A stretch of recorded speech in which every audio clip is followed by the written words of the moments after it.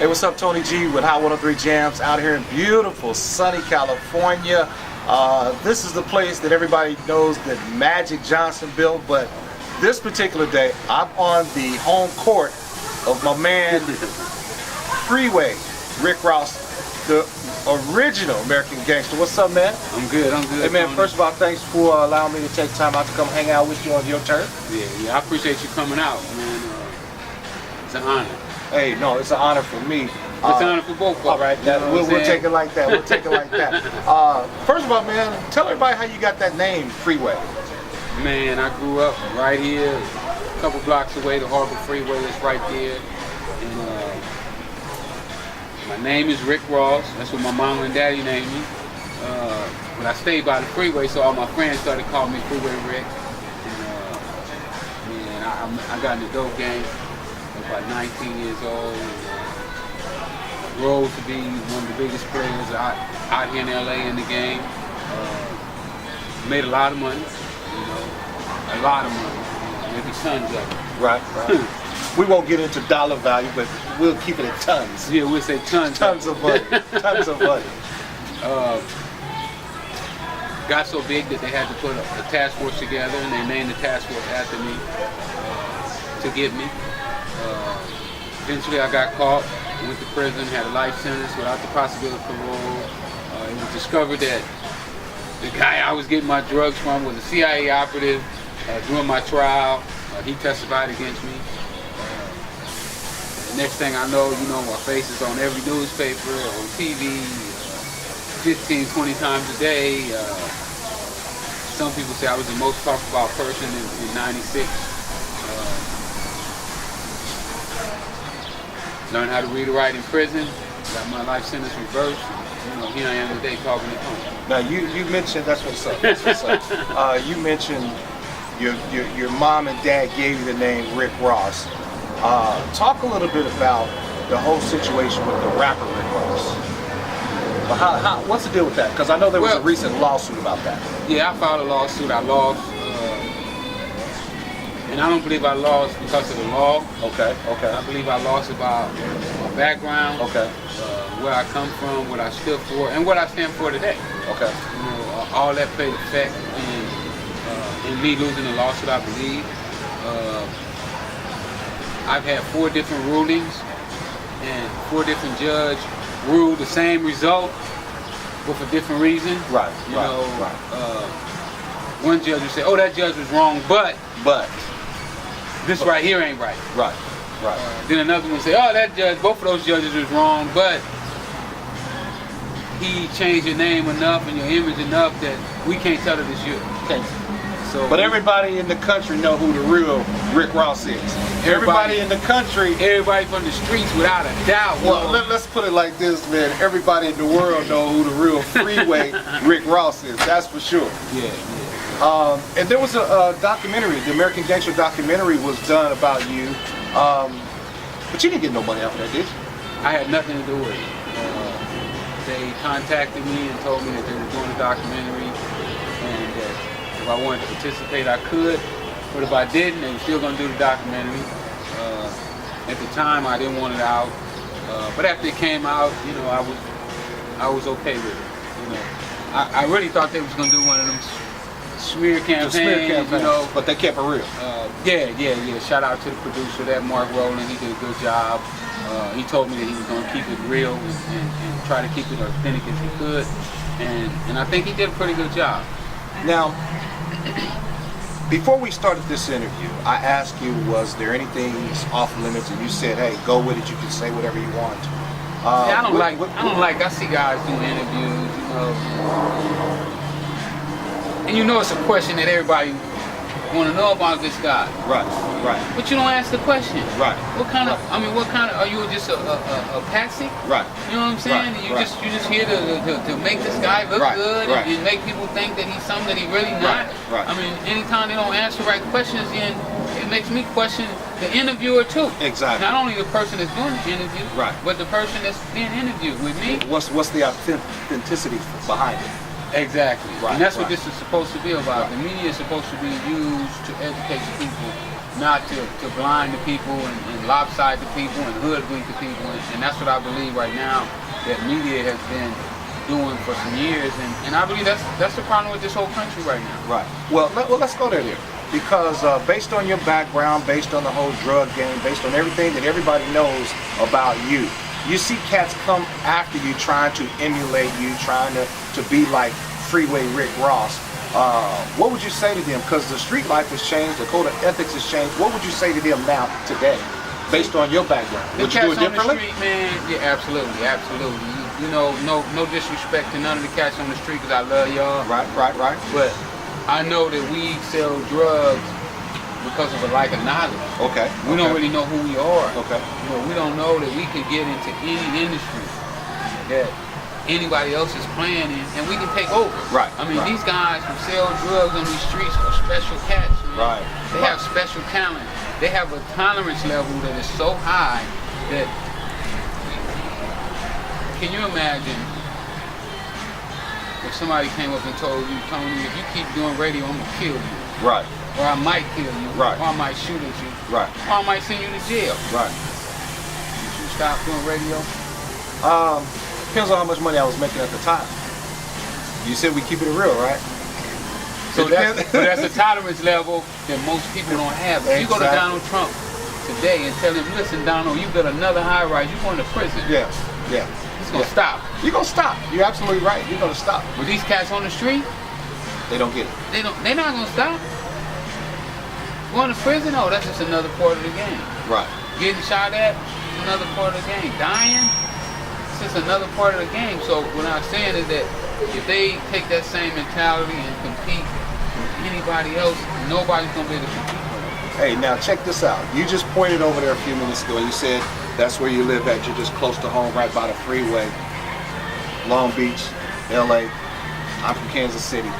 But nobody knows that there is a Kansas City connection for you. Absolutely. Talk a little bit about that. Well, I've been to Kansas a couple times, you Right. know, loved it off the chain. Went to Seven Heaven, Gates, well, it's a couple barbershops. Right.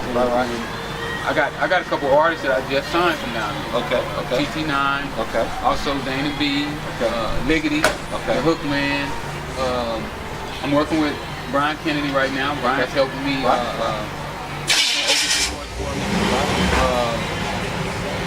So Kansas City is kind of like family. You know what I'm saying? And speaking of somebody else, And my man G. You know what I'm saying? Talk about Gary Lewis. Talk about I Gary ain't gonna Lewis. forget my man G. You know what I'm saying? G, I got you. Tyrone Richardson. You know what I'm saying? well, you know, we gotta plug Tyrone Big. Rich for putting this all together for us. I gotta Without a give doubt, my boy a without a shout, doubt. Tyrone Richardson. That man got some of the best pictures around. I know like 3 magazines. He done had his pictures that he took of me, made it to the magazine. Well, hopefully, this shot of us will make it to his magazine. Hey, man, as you talk about the Kansas City connection and everything that you're doing, a lot of people don't know that you are doing some community stuff, some outreach programs. I'm killing We'll talk a little bit about that. Well, you know, I spoke at the community college in Kansas City. Right. I also spoke at a couple of youth centers when I was down there. I spoke at a church. I feel that our children need facts. Right. You know, Right. they've been fed enough fiction.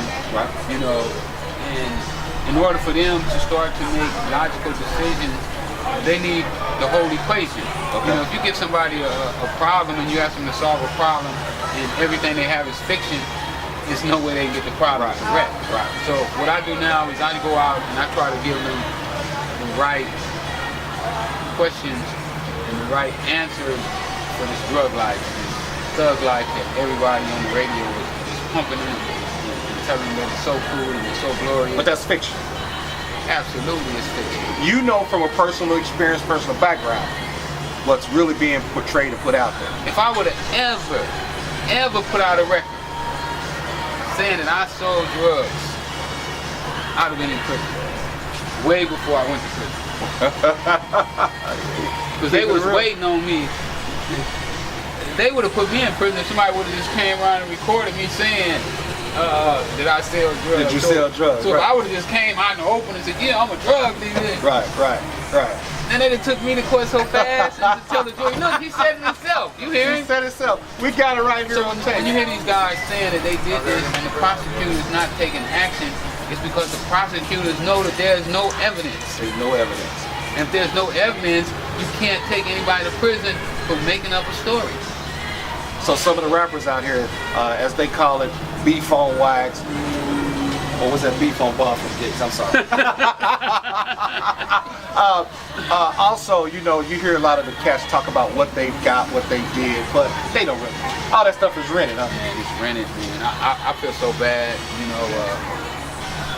I look at some of these guys and you know, they telling our people that they got $600 million, $400 million, and I say, look, how could a guy from the streets have $600 million and there's not one job development center, his name on it, and not one community in this country? Wow. I mean, impossible. Wow. Because if you have $600 million in taxes alone, it's going to be about $60 million a year. Exactly. So you can't take $10 million. And I told one of the guys just in person, I told him at his house, in person, and he stopped taking my phone calls. Right. He don't talk to me. Because you just keeping it real. I'm gonna keep it real with you. If we don't kick it, you know, don't kick it with me no more. I ain't tripping. Right. Cause you can't buy me. Right. You know what I'm saying? I don't know if your money real anyway. Right. Hey, because I'm used to having real money. Oh, you know, I'm sure you are. I'm used to having I'm sure. money. Dudes walk around with a duffel bag. You was the original duffel bag boy. The original duffel bag boy. I had them two dudes, y'all carry that bag. You know what I'm saying? But when I went places, my people that come around me that needed help, God bless. You was good. I mean, that's the only way you're supposed to. You only as strong as your weakest link. That's right. You know, I told one of my partners, we was downtown at the, I wasn't in that hotel, and he was with some big rapper. And, right. And me and him was talking. We started talking about the rapper having money. Right. And I said, well, man, you know what I do when I judge somebody for having the money? I look at the people around me. Right. And see how they look. Right. And if they ain't having no money, then 9 times out of 10, he ain't really having He ain't got no money either. Because you're not gonna let your main man do bad while you doing good. I mean, That's ain't cool. That ain't cool. That ain't cool. That's your main man. Now I can see if it's somebody you don't know nothing about, but it's your main man. He with you every day, but he ain't eating. He hungry. I gotta buy him a hamburger because he ain't ate. He ain't ate. That's what's up. Tony G with Hot 103 Jams, sitting out here in sunny California. And we've talked about the American Gangster documentary. We've talked about Rick Ross, the rapper. But nobody can talk about the real Rick Ross except the real Rick Ross. And you got a book coming out. What's the name of the book? The book is called Freeway Rick Ross, Untold Story, the Autobiography. Make sure you go out and support it. This book is going to show you why we got 600,000 young black men in prison right now today. It lays it all out. Where can they get it at? You can get it all over the place, but where I want you to buy it at is freewayrickbooks.com. And where can they catch you at on social media? You on social media? I'm all over the social media, Facebook, Freeway Ricky, Instagram, Freeway Ricky, Twitter, Freeway Ricky,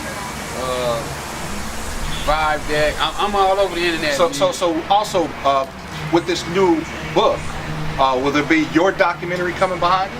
It's a documentary coming out too, right behind it, called Freeway Cracking the System, because something's wrong with this system. That book has a double meaning. The documentary has a double meaning. Right.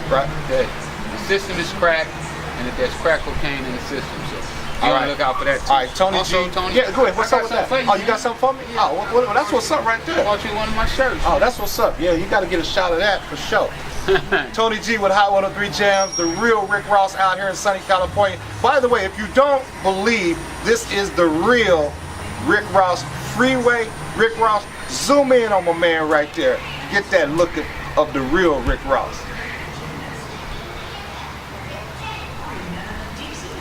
Hey man, appreciate your time. Thank you, on man. your home court, man. This interview was dope, man.